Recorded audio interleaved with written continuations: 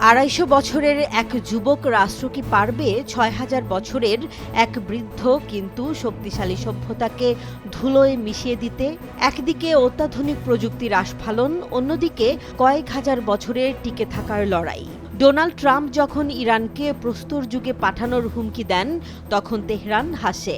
কারণ আমেরিকানরা যখন গুহায় বাস করত, পারস্য তখন বিশ্ব শাসন করছিল। আজকের বিশ্লেষণে আমরা দেখব কেন ইরানকে হারানো কেবল অসম্ভব নয়, বরং আত্মঘাতী।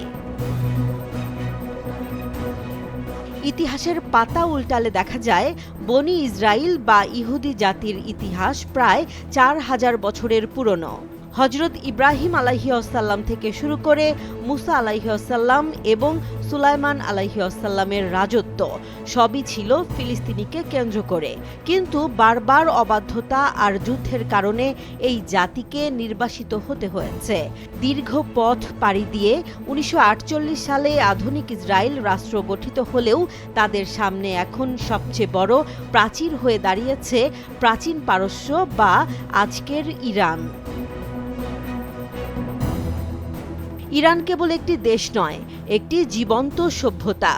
যখন সাইরাস দ্য গ্রেট ইরানে বসে মানবাধিকারের সনদ লিখছিলেন, পশ্চিমা বিশ্ব তখন সভ্যতার আলোই দেখেনি। আজকের ইরান সেই ঐতিহাসিক গৌরবের ওপর দাঁড়িয়ে এক ভয়ঙ্কর অসম যুদ্ধ কৌশল গড়ে তুলেছে। আমেরিকান সাবেক সামরিক কর্মকর্তাদের মতে, ইসরায়েলকে বাঁচাতে আমেরিকা যদি যুদ্ধে নামেও, তবে ইরানের পাহাড় আর ভৌগোলিক গভীরতা তাদের জন্য দ্বিতীয় এক ভিয়েতনাম বা আফগানিস্তান তৈরি করবে। মার্কিন সামরিক বিশ্লেষকরা স্বীকার করছেন, পারমাণবিক অস্ত্র ছাড়া ইরানকে ধ্বংস করা বর্তমানে আমেরিকার সক্ষমতার বাইরে। অথচ ইরান গত কয়েক দশকে নিষেধাজ্ঞার ঘেরাটোপে থেকেও নিজেদের ক্ষেপণাস্ত্র ও ড্রোন প্রযুক্তিকে এমন এক স্তরে নিয়ে গেছে, যা মধ্যপ্রাচ্যের মার্কিন ঘাঁটিগুলোকে প্রতি মুহূর্তে হুমকির মুখে রাখছে। তেহরানের হুঙ্কার পরিষ্কার, স্থল অভিযান শুরু হলে ৭০ লাখ ইরানি তরুণ বুক চিতিয়ে দাঁড়াবে। এবিসি নিউজের সেই সামরিক বিশেষজ্ঞের কথাটি আজ বিশ্বজুড়ে আলোচিত। এই যুদ্ধের পর ইরান হয়তো নিজের পায়ে ঠিকই দাঁড়াবে, কিন্তু আমেরিকার সাহায্য ছাড়া ইসরায়েলের ঘুরে দাঁড়াতে সময় লাগবে অন্তত ৪০ বছর।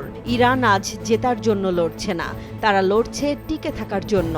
আর ইতিহাসে দেখা গেছে, যে সভ্যতা টিকে থাকতে জানে তাকে আধুনিক অস্ত্র দিয়ে মুছে ফেলা যায় না। প্রযুক্তির দাপট নাকি সভ্যতার শেকড়, শেষ পর্যন্ত জয় কার হবে তা সময়ই বলে দেবে। জেসমিন জাহান, নিউজ ডেস্ক, জনবাণী।